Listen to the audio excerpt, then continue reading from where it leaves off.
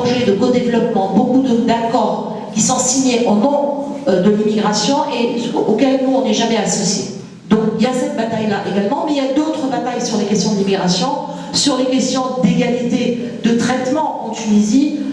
Aujourd'hui, on a un secrétariat d'État, mais au-delà du secrétariat d'État, qui gère les questions autour de l'immigration. C'est le ministère des Affaires sociales. On est considérés comme des cassos. C'est gravissime la manière comment on est vu, de comment on est associé. Et aujourd'hui, vous avez nos dossiers qui sont éparpillés entre le ministère des Affaires étrangères, l'Intérieur, les Affaires sociales. Il y a réellement une réorganisation globale au niveau de l'administration tunisienne, au niveau de l'harmonisation, et il y a toute la question du changement de regard qui est portée sur les Tunisiens d'ici, qui est aussi une vraie bataille pour nous. Parce que on continue. Moi, j'ai toujours ma carte d'identité tunisienne, il y a marqué dessus Am Belkhraj. Et on est tous Ammel Belkhraj. Et on est vu comme Ammel Belkhraj, point. On n'est pas individualisé, on n'existe pas en tant que gros, en tant qu'ayant des métiers, pourquoi pas maçon, paysan, restaurateur, enseignant. Il n'y a même pas ça, on est vu comme un espèce de bloc où on est perçu au travers des devises qu'on ramène, point. Et c'est tout ça qui a révolutionné et a changé aujourd'hui. Alors on va prendre, afin d'être plus efficace et d'avoir le plus de questions possible, on va procéder par ça de 3-4 questions. Alors si je peux juste demander vraiment quelque chose de général, d'éviter de discuter parce que le bruit remonte, c'est une salle assez mal insonorisée. Attendez, on va y arriver s'il vous plaît, mais juste, voilà, juste soyez juste un tout petit peu disciplinés, voilà. Par 3-4, alors monsieur. Je vous oublie pas. Allez, c'est monsieur. Alors, si on peut s'écouter, merci. Merci beaucoup. Je ne ma voix porte, donc il n'y a pas de souci. Merci beaucoup. Bienvenue à nos députés. Ma question s'adresse à madame la députée de la Constituante de Nara, puisqu'elle est pressée et qu'elle doit partir, donc je souhaiterais lui poser la question. Elle a des obligations. Hein, voilà, c'est sans problème. La question c'est la révolution du 17 octobre au 14 janvier a débouché notamment sur les élections constituantes où votre parti dispose du groupe le plus important. Toutes les forces politiques, toutes les composantes d'aspect civil ont accepté le verdict des urnes malgré les dépassements et les irrégularités constatées par tous les observateurs nationaux et internationaux. Alors, votre question? Non, allez-y. À ce titre, je voudrais saluer aussi le travail monumental de l'ICI. À ce jour, tous les acteurs de la vie politique tunisienne, partis politiques, société civile, indépendants ont soumis au débat public soit des lignes directrices de constitution, soit des projets de constitution, sauf votre parti et à moindre mesure le CPR. En ce qui concerne votre parti, alors on n'aura pas le temps pour toute la déclaration, là, ça va trop. On pense aux autres. Les choses sont plus problématiques et plus graves, si je puis dire. En effet, les citoyens ont des débats au sein de la Constitution. Vous pouvez communiquer, c'est pas pareil.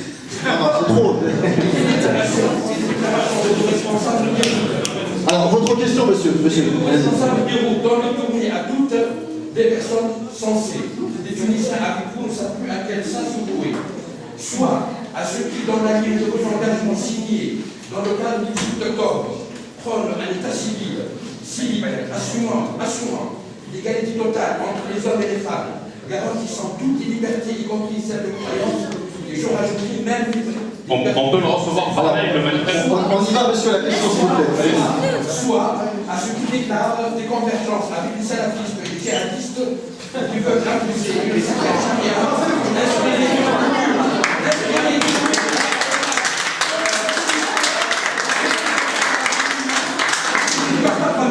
Non, monsieur, s'il vous plaît, monsieur.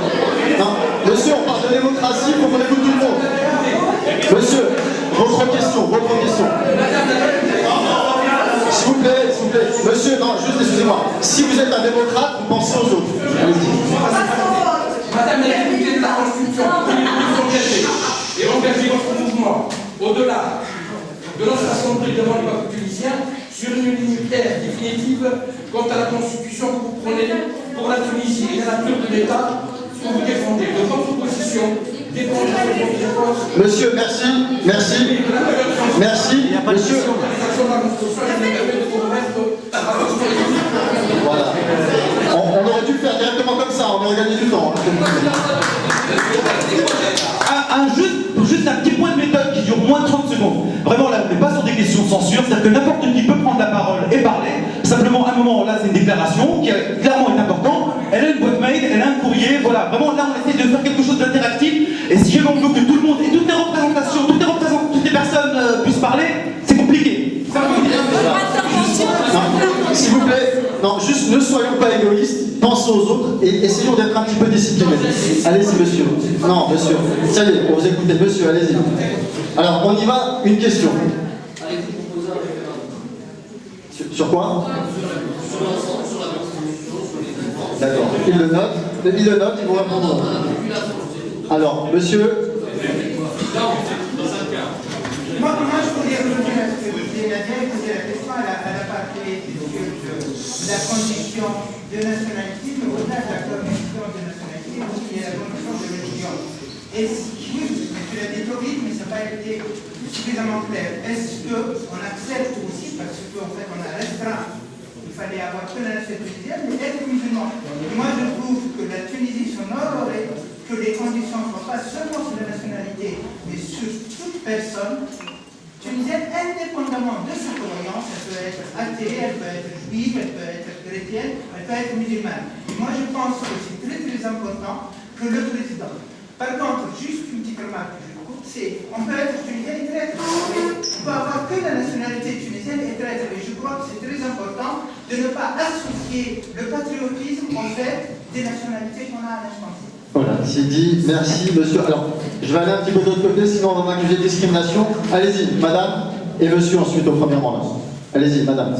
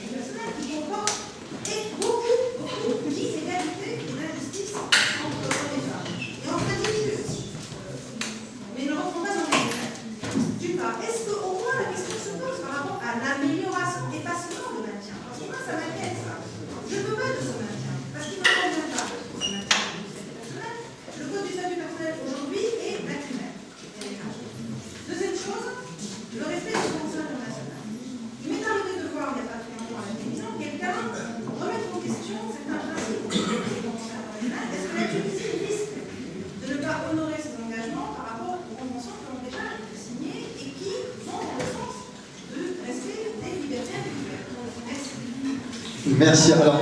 Alors, merci. Si on pouvait continuer à être aussi bref que madame et le monsieur, ce sera très bien. Alors, le monsieur au premier rang. Allez-y. Restez assis, monsieur, il n'y a pas de problème pour vous écouter.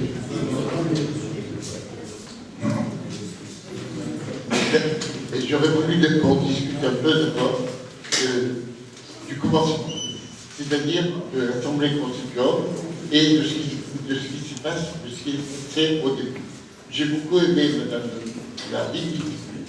l'intervention que vous avez faite, où vous avez essayé de replacer le début de la Constitution et de rappeler qu'en Tunisie, nous n'avons jamais eu d'assemblée digne de ce. Je peux dire aussi que nous sommes fiers, particulièrement, qu'il y a peut-être peu de femmes, mais ces femmes existent, et existent réellement. En premier lieu, Madame la vice-présidente qui a montré une capacité tout à fait remarquable, au moins égale, pour ne pas dire plus, à celle de son collègue président. Donc, de ce point de vue, il y a du nouveau dans cette assemblée. Il y a aussi quelque chose qui est surprenant. Cette assemblée qui est nouvelle se comporte comme des assemblées des démocraties centenaires. Elle a ouvert ses travaux avec une majorité et une opposition. je veux dire que ça n'a aucun sens.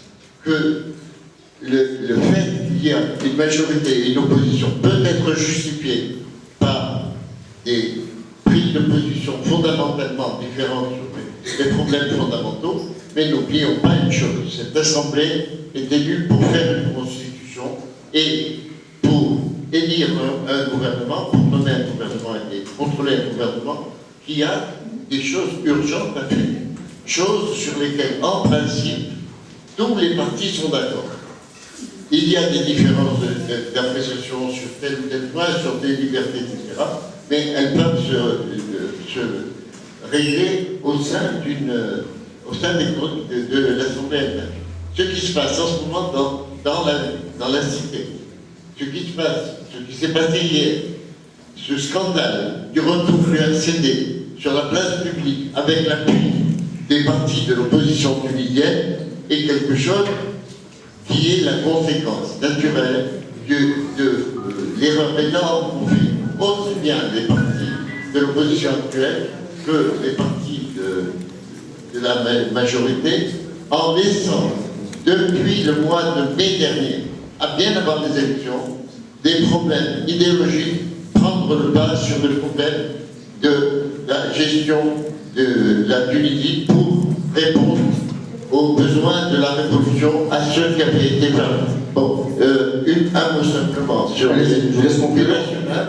Je veux vous rappeler que l'interdiction de la candidature d'un binational à la présidence a été décidée par Ben Ali pour faire barrage à Bourguiba Junior. Voilà. Bon, je vais laisser les élus répondre. Alors, Céline, Madame Stem, à une ou deux interventions, allez-y. Oui, bon, je crois que je vais répondre de manière transversale et rapide. À la question à laquelle avait répondu Nadia, bon, monsieur qui était là-bas, la question de la nationalité du président, c'est une question de symbole. Voilà, effectivement, on ne peut pas résumer la question des Tunisiens de l'étranger, mais les questions symboliques se posent, et elles sont importantes. Comme récemment, vous parliez de la souveraineté nationale, la question du drapeau s'est posée récemment. Et cette jeune fille, Khawla Chidi, qui allait défendre le drapeau et qui s'est fait agresser par un salafiste. Là aussi, quelque chose malheureusement bon, on voit que ce triste épisode a renforcé de manière incroyable la cohésion nationale, on va dire, autour de ce qu'étaient les fondamentaux de la Tunisie. J'espère que ça annoncera que du bon. Pour ce qui concerne la représentation des Tunisiens de l'étranger, bon, on avait donc dans le programme Attacat défendu la création d'une assemblée représentative des Tunisiens de l'étranger élus, parce que la légitimité vient de l'élection et qui pourrait donner une place consultative aux associations. Là, cette assemblée aurait un rôle consultatif sur tout ce qui concerne tous les textes qui concerneraient l'immigration, concerneraient les Tunisiens à l'étranger, et aurait aussi un rôle de proposition. Pour ce qui concerne le référendum, bon, la réponse à votre question est simple. Ce qui a été décidé dans la loi de répartition temporaire des pouvoirs publics dit la chose suivante. Première, il y a le travail sur la Constitution va se faire en 2 lectures. Première lecture, pour adopter un article, il faut la majorité de 50% des députés plus 1, c'est-à-dire 109 députés pour adopter un article. S'il n'y a pas 109 députés, il n'est pas adopté. Et ensuite, en 2e lecture, c'est la majorité des 2/3 sur l'ensemble du texte. Et s'il y a une majorité des 2/3 sur un texte, ça sera la constitution de la Tunisie sans référendum.